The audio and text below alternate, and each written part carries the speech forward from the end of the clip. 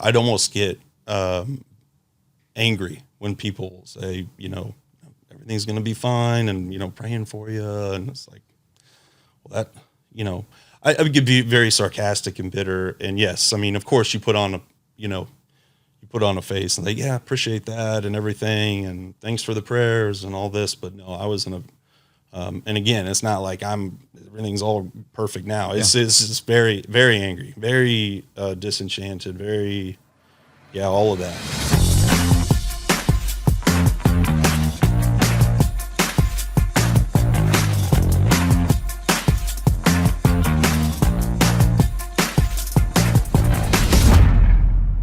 Hey, welcome back to the Daron Earlewine Podcast, the Death of a Dream series. Sitting down today with a longtime friend, Matt Derado. Matt, welcome to the podcast. Well, thanks for having me. We were just reminiscing before we push play on the cameras, and I think our friendship and connection has to go back to like the year 2001, 2002, somewhere in there. Yeah, absolutely. So I was a pastor of a church plant called The Crux. And we went to college. Did we go to college together? Yeah. What year did you graduate? 01. Okay, so I was a year older. Yeah. Okay. Yep. So we went to college. You together. ignored me in college. Well, I mean, you weren't quite at the level. Yeah. No, I mean, I think we knew of each other, but we didn't really hang out. Started coming down to The Crux and got a chance to baptize you in a miniature hot tub. That happened. Yeah. Which we were a church plant where we're mobile, and so we didn't have, and so we had this like little miniature hot tub that was like it couldn't have been more than a 2 feet, maybe a foot and a half of these little like styrofoam panels that we'd put together. And you're like what, 6'4"? Yeah. Mm-hmm. So it was not created to baptize guys that are 6'4", but we made it happen. Yeah, made it happen. It counted. Yep. I asked the Lord. He said it counted. Yeah. So, all anyway, right. Perfect. So then we were reminiscing. We would get together. At that point, you were studying to become a financial advisor, right? That's right. Yeah. So we would eat McDonald's together. Yeah. And therapy sessions over McDonald's. Yeah. Yeah. Trying to get you spiritually and emotionally healthy as we were destroying your physical well-being. Yeah. Right. Yes. So anyway, life goes on. We, continue to kind of walk, parallel paths. You get your license, your financial advisor. You become very successful with that. I trust you enough to let you manage, the billions of dollars that I have rolling in from this podcast and the ministry. But you are our family's financial advisor, and we've stayed connected. And so I've got a chance to watch, your life kind of unfold for the past, literally, 20 years. And you and your wife, Jenna, have gone through an ordeal, a challenge over the past decade, really, in some ways, that every parent that I know would never want to have to walk through. And you guys have done it, and I want to thank you for being, willing to come on the podcast and talk about this. And we joked before we came on, right? Like, why be nervous, right? Yeah, right. Yeah. You're just, talking about the most personal things in your life to, thousands of strangers. Right. But what I love, Matt, is that what people are going to find after we get done listening to these 2 episodes with you is they're going to find hope, they're going to find redemption, and they're going to find something really, really special in the story. And we'll tease the next episode, but I think this is going to be something that is a healing joy experience. Listen to these 2 episodes. So I hope so. I do too. So Matt, let's jump in. You guys get married. When did you guys get married? You and Jenna? 2006. 2006. Yep. And how shortly after that did you guys jump into the parenting game? My son was born in 2010, so January of 2010. 2010. Yep. Your son's name is remind me again. Corbin. Yep. That's right. Corbin. 2010. So a little bit after that, you decided to go for number 2. That's right. Yep. 2 years later, then my daughter was born January of 2012. 2012. Yep. So now you got 2 kids. Life's going pretty well. Brooke is your daughter's name. Correct. So things for Brooke going pretty normal from the get-go? Yeah, absolutely. And absolutely. Healthy, normal, everything went great. Everything was, pretty, had the regular stresses of life, but overall things were great. Yeah. And I think that's a common story that we've heard in this series of, podcasts of it's like, you don't get an email from God, right? Like, hey, 6 months from now, things are going to get a little rocky. Right. Like Right. life's happening Mondays to Fridays, weeks or months. Yeah. It's like, yeah, this is great until it's not. Yeah. So take us to that day that things began to kind of turn and you stepped into, for this series, what looked like this could very, very possibly be a death of a big dream of ours. Yeah, so it was right at the end of, it wasn't necessarily an event. It was more of a process. Like right at the end of 2016, Brooke wasn't feeling well, and it happens. If you have kids, they get sick. So, long story short, it took her to a number of different doctors, a number of different appointments and specialists, and she just wasn't feeling well. And we knew something was up. And my wife, she was a ICU nurse, so I mean she's pretty versed in medical things, and credit to her, she knew something wasn't right. And not to throw any doctors under the bus or anything, I don't want to do that, but it just was a long process of meeting with a lot of people that were dismissing the severity of what was going on. And so that was a 2-month process of going to different doctors. Brooke was not feeling well, she was not getting better. She's 4 at this time. Correct. Yeah. So this, yes. Yeah. Cause this is December of 2016. So then we had her 5th birthday, in January of 17. And, you just have that feeling that something's up. And, my wife definitely did. So at that point, Matt, did she have guesses, or was she just like, this, I don't know, but something's off, or did she have guesses of what she thought could have been happening? Not to the, cause I very poignantly asked, I still, it's kind of eerie. I wrote out a list of questions for one of the specialists we saw. And I said, is there any chance she has cancer? Is there any chance, and I went through exhaustive lists, and it was pretty much no. So I was trying to stay positive. So, Jenna had intuitions that something was very, very wrong.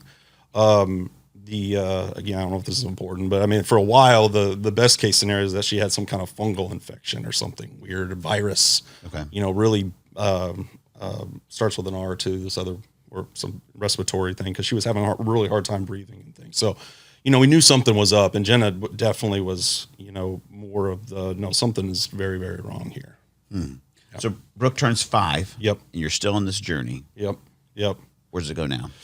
So, finally we got a second opinion from a friend's pediatrician, and she knew right away that something was up, and sent her over to IU North for a chest X-ray. And through this whole process, it's like you learn all this medical stuff. I thought she had a chest X-ray, and everything. But I was still trying to be positive in things, and I was at work, and so Jenna, took her over there, and that's pretty much when kind of knew something was up, because she had a softball-sized mass in her chest.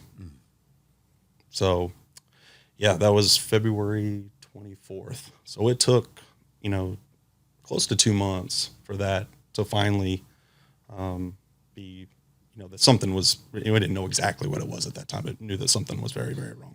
So did Jenna call you at work and say, hey, they found a softball-sized mass in her chest? Did she wait for you to come home? How does that conversation happen? Yeah, it was, I'm trying to remember exactly. It was more like, you need to get over to the hospital right now, because they found something on the X-ray, and I wasn't thinking cancer, because we didn't, until we went over to St. Vincent and met with the doctor and stuff. He said, hey, no, this is, I'm 90, I forget what he said, 95% sure this is what it is. And so even when I was driving over there, I was concerned, but I was not in the mindset of like, Brooke's not getting out of the hospital.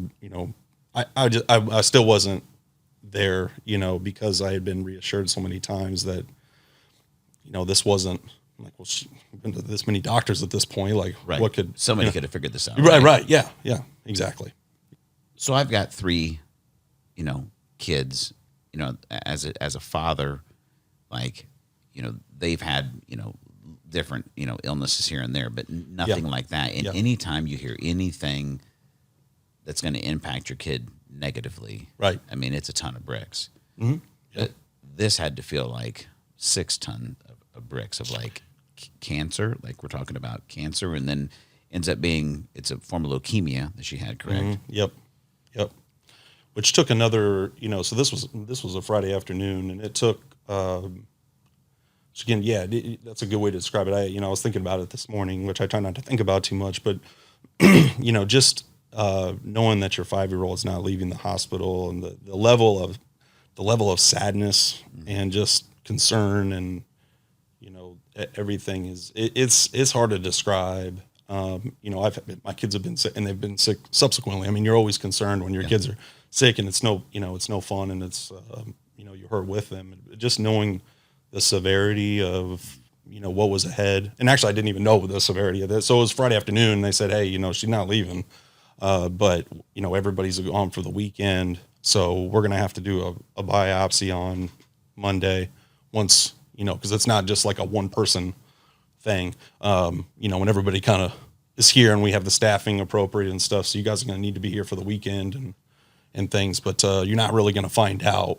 what's truly going on. You're just going to be in the hospital with your 5-year-old. Yep. Trying to explain to her why she's staying in the hospital. Yep. You don't have a lot of answers, and you're going to wait. Did that feel like the longest weekend of your life? Yeah. It's I try to describe to everybody, it's just exactly as terrible as what you would think it is. I mean, it's exactly as bad as you think it is. It's waiting for test results, not knowing, of course, the worst thing to do, even though I did it anyway, is Google stuff, and you're trying to, because you want to answer, you can't see. It's not like a broken arm where it's like, it's a bummer, Right. It's going to be a process, but everybody knows to heal from a broken arm. You can't see it. You don't know what's going on. So it's, it's torture. It's torture. And then, I mean, we can't make this story any better than it is. Yeah. This is a heart-wrenching and difficult story, but you deal with that weekend. But bottom line, the next year and some of the things you guys had to walk through with Brooke was 10 times worse. Yeah. I think, well, first of all, I didn't know until, the next week. I was thinking that, all right, this is going to be a few months and knock this out. And all right. Modern medicine's great. They'll figure this out. Right? Yeah, exactly. And once, things seemed to get worse. And once the doctor said, no, this is going to be kind of like a 2.5-year process here. Like, this isn't, this is a really big deal, which I knew was a big deal, but I didn't know the length. That hit me really hard, not knowing things. And they give you a big binder that says, like, here's the next, if everything goes as planned here, here's all the things you're going to endure. And you're right. I mean, so many, I don't want to tell all the horror stories, but yes, I mean, there's several things even in those first few weeks that nobody should ever have to, obviously I feel the worst for my daughter. I mean, she had to experience it. I didn't, get poked or, cut or anything like that, like she did. But to witness all of that, knowing that there's not much you can do is it's hard. It's really hard. So, Matt, as you guys are going through this and it's getting more difficult, you're watching, your daughter suffer through this potentially terminal, disease. What's the faith journey looking like right now? Are you getting to the place where you're holding on to God and faith? You're getting angry. You're confused. Kind of color that in for us. Yeah, I went more the negative path with that. Very negative. I was very, and that's, I was telling you, Daron, like doing this, like I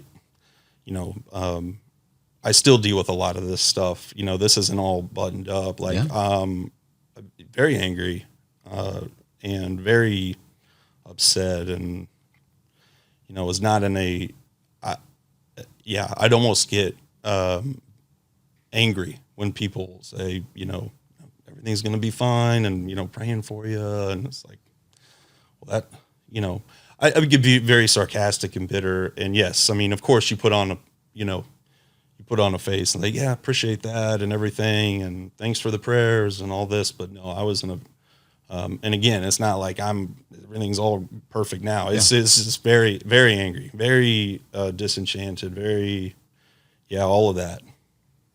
One thing I appreciated, Matt, is, through, a lot of this, time, every couple, a couple times a year, probably we would sit down and have a cup of coffee or something. And I appreciated in those times how honest you would be with me. And maybe you felt like you were only being half honest or 1/4 honest, right. Which maybe you were. Yeah. But you didn't act like I'm okay and this is okay. And I think there's a key to that in being able to even set you up for where the story is going to take us to be able to experience a level of healing or restoration that you've gone through is I think it's important, even when you don't like how honest the honesty is, to be honest about how you feel to others and to God about God, right? Because he knows how pissed you were. It's not like if you're going to make up a story to other people or to him and he's like, oh yeah, I believe you. But he knows where you're at, right? Yeah. Yeah. And, and I tell people, like, even when we would meet, I'd say, I'm giving you the, made for TV version, because, people wouldn't really want to know, kind of like the stories. People probably wouldn't really want to know the unfiltered version of the way I felt or what things were going on in my head, and still do, and things, because I lost the ability to be, after the chips start to fall and you start going through the process and you see some of the things and you start to walk all this, it breaks you pretty quick. And, I was done pretty quick putting on a happy face or filtering it for people, because I just didn't have it, in me, to be quite honest with you. But you're still having to wake up every day, go to work. Yeah. I mean, life goes on. Monday comes and you got to go to work, and your daughter's battling leukemia. Yeah. You realize, which is part of this whole thing, is like, life doesn't stop, unfortunately. And there's so many the realities of the situation start to hit you, pretty quick about, financially. And, like the next day I'm like, oh gosh, I better call the insurance company. All this stuff starts to sink in. What am I going to do with my son? What are we going to do about this? What are we going to do about, and all these things start to hit you, and things. So yeah, it's, I can't remember where I was going with that, but, it's hard. It's just hard. And then I would go to work, and maybe that's what I was going to say. I wouldn't tell, anybody for a while, because as soon as anybody would bring it up, I had to get through the conversations and get through, what I needed to deliver. I'm not going to work and, by myself and, not seeing and talking to people all day, unfortunately, for that period of time, and it's like life goes on. And so, that was hard, but then eventually I had to start saying, telling people, like, well, why aren't you doing, it got too difficult to hide it. And, it was hard. I mean, I would break down on the phone and just tell people, like, you're going to have to give me a minute, and people would understand. I mean, people were so understanding and things, but, you got, I mean, it's too long of a, it's too long of a process. Yeah. You can't just shut it down for 2.5 years. One of the other things, Matt, that we talked about, and that there's a part of the whole journey for you, is the day you guys found out, you were supposed to go that weekend, right? It wasn't quite that weekend. It was close, and I'm assuming this is where you're going. Yeah. Like one of the other, and there's worse things than this, but this is the process. That weekend when we're, Brooke was getting an X-ray, and I was in the basement, I call it, in the, waiting for the X-rays, and things. And I got a text on my phone, and it's like, oh, hey, your last deposit for your spring break trip is being drawn today. Can't wait for you to come visit. And it's like, well, that's, and that, again, just that when the chips were falling, and there was just bad news. And then you get more salt in the wound. And I got that text, and you look over at your daughter, and it's like, yeah, that's not happening, and you just feel that sadness. And then, me and my friends, we get together to do a March Madness tourney draft, where we just draft some players and have fun with it. We get together. I quickly, which was obviously like a couple weeks later in March, I'm sure everybody is crazy about March Madness like I am. Yes. You know, so yeah. So like that's not happening either. And me and my friends always took a golf trip. You quickly realize like that's not happening either. So yeah, I mean, you realize that how much again as you go, things start to sink in. Yeah. And it wasn't about me at that point, but it you just in the time you get sitting along in the hospital and waiting, you start to realize like, yeah, all this stuff is not happening for quite a while. Well, I think part of it is you can say it's not about you, and yes, do golf trips and spring break trips, do they pale in comparison to your daughter's health? Yeah. Get it. But when you're walking through this, one thing that I think a lot of people don't realize when they're walking through pain and trauma and struggle is, and some of it is necessary because you need to put others first. I get it. But what you realized is that even as you walk through this, that you got to the place where you really stopped being able to even give yourself permission to live or find joy yourself because of what Brooke's going through, right? So it's a spring break trip. It's a March Madness thing. It's a golf thing. But then how could you ever give yourself permission to ever go golf again with your buddies when your daughter's going, right? Yeah, right. Exactly. I remember, I went, this was in, at the end of April. So, things had, we're going through the process here. And Brooke was out of the hospital and, kind of had let things sink in a little bit after, 2 months, and things. And I went, golfing with one of my friends for his birthday. And I just, it was a perfect day. Like, 80 degrees outside, and it's end of April, and it's like, yeah, we're going to go watch the Pacers game afterwards. And, something that I would be like, this is an awesome day, and I'm going to have and I just remember like, I just wasn't there. Mm-hmm. So yeah, I was almost like, what's the point anymore? Everybody else. And I was just kind of going through the motions, almost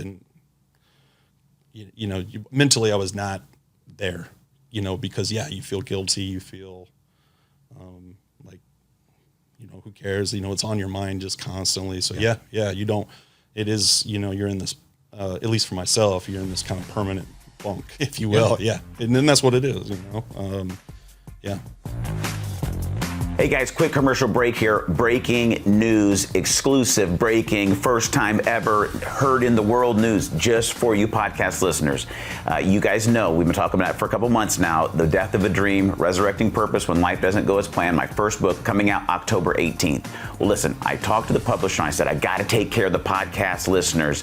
Can I have 100 free codes for free ebooks for the podcast listeners? They said yes. I said yes. Now I need you to say yes. All you got to do is email me, Daron at blackbirdmission.com. Let me know you want the book. I'm going to send you a free download copy, a free download code so you can download the book and start reading it literally months before anybody else in the world does. Why? Because you're a podcast listener. So email me, Daron at blackbirdmission.com. Let me know you want the book. I'm going to send you a download code and I want you to read it. I want to hear some reviews. I want to know how God's impacting your life through it.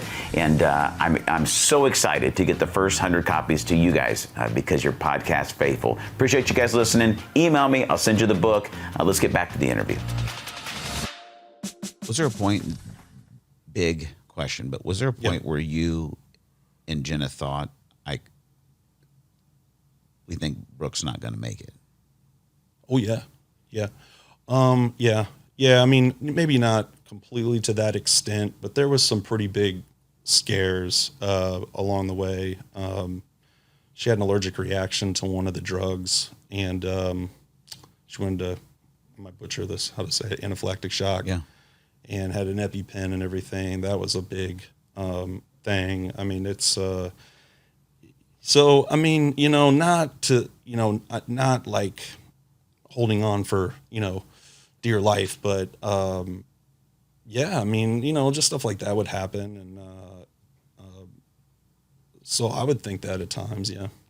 And obviously all the treatment she's going through are doing good things, but they're also doing negative things to her body too. Yeah. Yes, absolutely. I mean, and I know most people have dealt with some level of cancer in their lives somehow. Some in their family or something. Yeah, I mean, you know what it does. These drugs mess you up, and I mean, it was all about like, blood counts, and it was constantly about what are the numbers, what's this, what's the hemoglobin, what's, she had several transfusions, all this all kind of flooding back to me right now. I haven't thought about this in a while, so yeah, I mean, it was constant, and you didn't know, there would always be this little disclaimer at the end of like, well, most people do all right with this, but there's a chance that, she would have to get a spinal tap to check spinal fluid. And I had to sign off every time before the anesthesiologist put her under. And I, they say, this isn't that big of a deal, but there's always a chance. Right. It's like, okay, but that wears on you. No doubt. Yeah, absolutely. That wears on you. Wears on me. Absolutely. Yeah. So to add bring a little light to the story. Yeah, boy, I'm getting sorry. No, don't apologize at all. I want us to walk through this. Fast forward a little bit. Brooke made it through. Yeah, Brooke's doing great. Yeah. Breaking news, I guess. Breaking news. Yeah. She's doing great. Yeah. So how long was the really in the weeds battle? Was it the full 2.5 years? Yeah. So again, if we want to turn it around to more positivity, the thing that really had so May of 2019 was so basically 3 years ago last week. I'm kind of a weird date person. I can unfortunately there's a lot of I like that. that. Yeah. So it was May of 2019, and in long story short, we knew that Brooke's. She'd been struggling a little bit. They increased her doses of chemo and things because she's getting bigger and stuff. And, there's a little bit of uncertainty about like, well, I think everything's fine and stuff. And I mean, she's right at the finish line because end of June was it. So we were right there. It's like, we're, counting down the days and things to the end of the treatment and things. And we're planning a party for it at the end and everything. We're like, all right, yeah, no, my mood's a little better in the clinic, and, it's all, happy stuff. And the doctor told me that she was relapsing. So, and ended up, and long story. So you're right at the finish line. Right. Yep. We've done it all. We think we're done in a month. Right. And they sit you down and go, hey, I think Yeah. you're starting over. Yeah. Which that, to be honest with you, is really where the downward path for me really started. That was enough. Before that it was, checking the boxes, and yeah, there was some bumps in the road, but it was high fives and, balloons and, we're doing it, and, and everything, and lots of positivity and, all this stuff. And that day really, that was it for me. That broke me that day. And it ended up being, thank God it was a, false alarm, I guess, for lack of a better term, that we found out like 2 days later. But that was the, that's really where a lot of this, where I was one negative path. I took it to a whole nother level after that. It's like, this is too much. Do you feel like it was like you were like kind of holding on to like the end of the rope, like we did it, like I made it, like I white knuckled this thing through, and then when you've got that last ounce of strength, but I think I only got to hold on for one more month. Yeah. Then it was just, even though it ended up being wrong in the moment. Yeah. That was just that was too much. It was too much. Yeah. That's when, looking back, I did some things and stuff that, when people talk about like, losing it or, nervous breakdown, whatever you want to call it, I didn't have anything left at that point. Yeah. And that was too much for me to hear that news at that time and things. So, which again, what goes into the, the anger and the like, what is this all about? Yeah. Like what's going on here? So yeah, that was the toughest. That was tougher than hearing the initial. For me, anyways, personally. Well, I can remember, Matt, and we're going to get to a really cool part of the story in episode 2 with you. But I remember us sitting down. I want to say it was at the Starbucks or maybe here at the food court at Keystone Mall. And I think I started to dabble with, and this was after Brooke, she's in remission. I remember things were progressing. And this might have been in 2020, 2021-ish, because the pandemic had happened, right. but we were, still meeting. Or this could have been back in maybe sometime in 19, honestly. But I remember us sitting down and me saying something about, do you feel like maybe you've learned some things that you could, help somebody else going through this?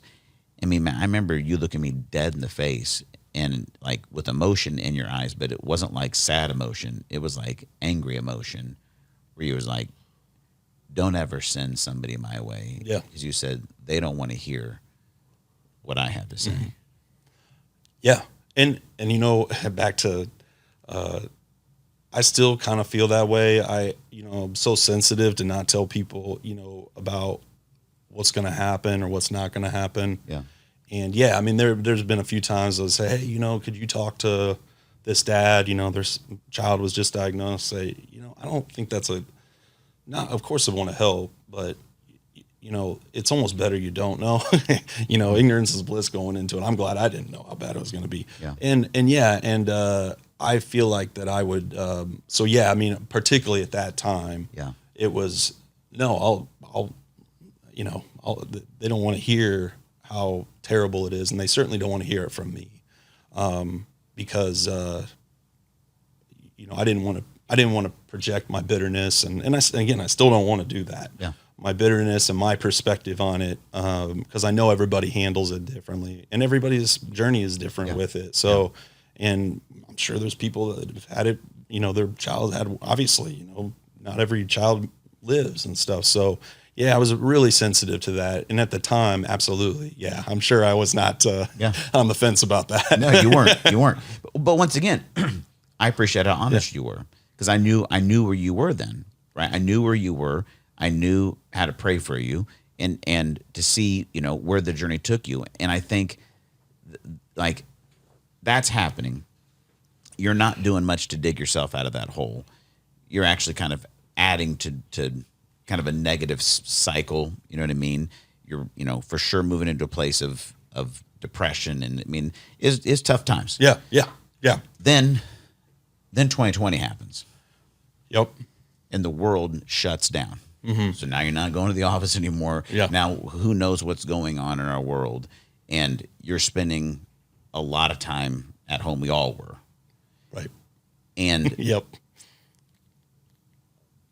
Take us to the moment where you're kind of at home or in the basement and you realize like, I gotta do something. I got to get something new in my life. I need to chase after something that brings me joy. Or like, what was the moment that kind of began to sort of turn some of the tide? Yeah, I mean, well, I think there's not one moment, Daron. I think one of the things, and again, I guess I'm being very transparent here. I see a therapist, and something that she said to me that still like just kind of. So if there was a moment, and that wasn't, I'm trying to remember when that was exactly, but she asked me, and it was a really difficult, and it was still is. It's hard for me to think about, trying to think about it too much, is that she asked me like, well, when's the last time you actually felt joy? And I couldn't really come up with anything, anytime recent. And that hit me really hard. And I think about that a lot, and I still think about it. And so that if there was a moment, there was that, but that was farther back before the pandemic started and things. I don't know exactly when it was, if there was a particular event. I started taking walks every morning. And so I do remember like, what, I gotta, this is getting, like I'm sure everybody was like, this is getting, nuts. So I would take walks. So certainly it was during the walks, I guess. I don't remember there was a particular moment or anything, but yeah, it was during that time in the morning. So like once I guess I knew it was safe to go outside to just take a walk and things. That's when really I started to doing some of the thinking and whatever. Well, I want to pull a couple things out there. You just said, Matt, is somebody watching, somebody listening right now. Mm-hmm. They're right there. Like they were holding on by the end of the rope. Something else happened in life, and they're in a pit right now. Yeah. Couple things. you did honestly walk with people through this and opened up to the journey, which I think is huge. You know what I mean? You did with me, at least. I'm sure there was others, right. college friends and whatnot. 2, you were in counseling, and I want so much to be able to take people's perspective away from thinking that like you only jacked up people go to counseling. Like life is freaking hard, and we need help and outside perspectives, whether we have a crazy thing going on in life or not. If we do, we absolutely need someone to ask us good questions and give us some perspective. You know what I mean?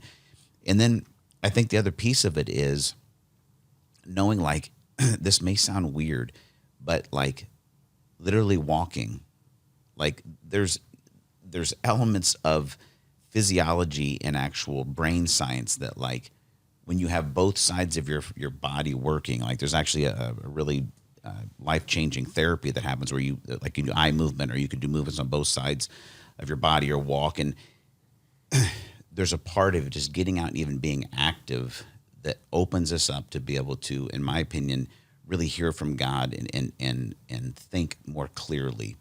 And, I say to people all the time is that God wants to speak to you in everyday types of ways. And sometimes it could be through a worship song or a church. Sometimes it could be a book, a TV show. It could be on a walk. It could be through a song. But and a lot of times, like you're saying, it may not even be in that, like, lightning striking moment. Right. It can be along a journey. And so for you, the question of when's the last time you felt joy?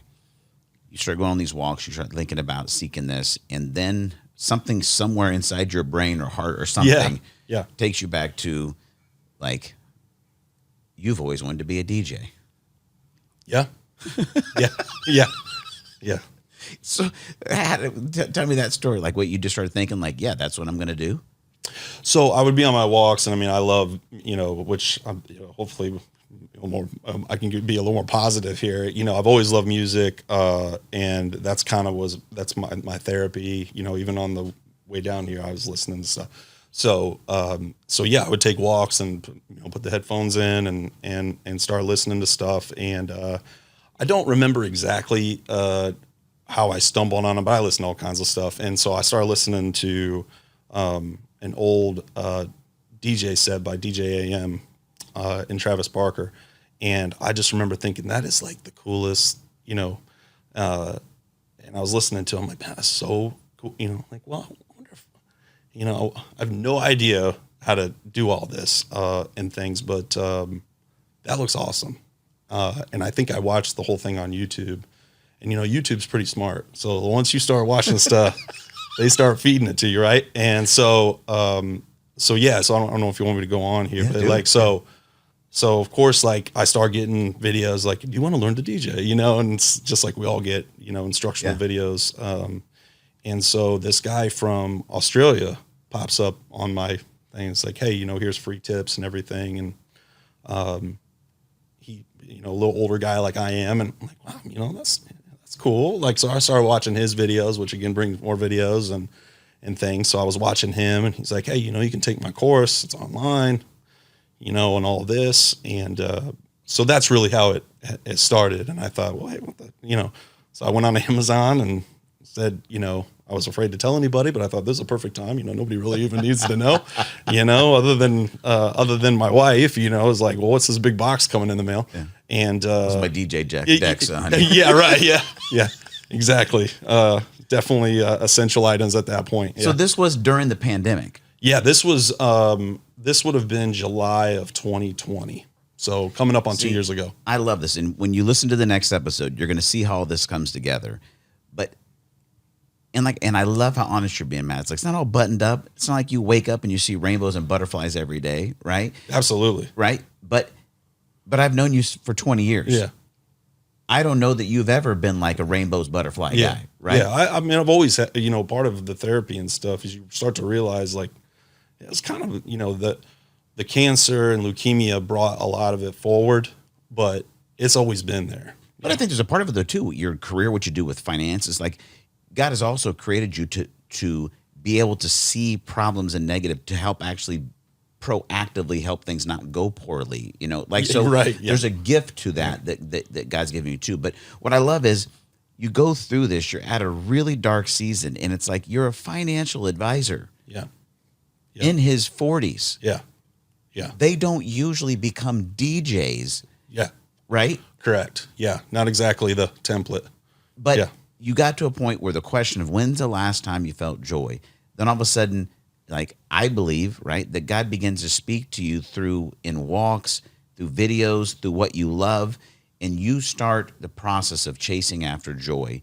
And I'll be indebted to you forever, Matt, for allowing me to walk along that journey with you and see what God's done. Because when we come back to this next episode, we're going to tell you guys about the healing joy experience that you just pulled off your first event 2 weeks ago, wasn't it? Two weeks ago, 3 weeks ago? 23rd, April 23rd. Yeah. April So what, 23rd. coming up on 3, yeah, give or take. And I can't wait for you to hear how the guy who literally looked at me with angry tears in his eyes said, Yeah. don't ever send somebody to me. Yeah. Turn that around and is literally in the process of bringing joy to the lives of other dads that have gone through what you've gone through or a similar situation. And you're going to hear that in the next episode. I can't wait for you to hear it. But Matt, just real quick, maybe is there something that you could say, a word of encouragement, dad, mom, brother, sister, whoever, that are in the throes of that, of watching a dream die, watching, maybe a loved one battle cancer or possibly pass away. What's a small word of encouragement that maybe you could give them? Of encouragement, I mean, I guess it's a little bit more maybe advice or an encouragement or something. I think, you're mentioning about the therapist, and I think it's so unique to go talk to somebody that doesn't have the level of skin in the game like your close family. Of course, which I did too. I call my friends. I call like, hey, I need a break, and I just know you need to go vent, but you got to filter things. You're trying to be strong for your wife, you're trying to be strong for the kids, and you can't, or your parents or whatever. So I would give that's what worked for me, and it still does. Like just a forum with somebody that is not going to judge you. It's completely confidential, and I do most of the talking. It's just me. Sometimes I just realize that I ranted for an hour, but there's no judgment. You can say, without somebody hurting somebody's feelings or filtering the way that you need to position it to the person that you love and things. And I think that's so important to find somebody that can provide that platform and that forum for you, just to get some things off your chest. And whether it's a journal, even if it's not a therapist, journal, whatever, just to have that platform. Yeah. This is an unpaid ad right now. I want to encourage you. Well, my counselor, her name is Holly Sayre. She runs an online counseling service. We've talked about it before here on the podcast. Derado actually knows, her from way back in the day as well. And her website is restorerenewonline.com. I think. That sound right to you too, Coop? Restore Renew Online. Holly Sayre is her name. And if you're looking for a faith-based counselor, you can see her over the phone. You can see her through FaceTime. She's changed my personal life. She saved my marriage a couple times. And if you're at a place like that, you need some help, I want to encourage you to reach out to Holly Sayre at restorerenewonline.com. That's the website for her counseling service, and get it set up. And Matt, we come back, we're going to tell the other half of this story about how you go from a dad who's trying to figure it out, struggling with, confusion, anger, depression, what the heck is going on in my life, to beginning the process of climbing out of that as you created the healing joy experience. Can't wait for you guys to hear the rest of the story. And until we talk to you guys again, remember these three things. God is for you, not against you. He's near you, not far from you. He's created you on purpose and for a purpose. See you next week for week 2 with Matt Derado.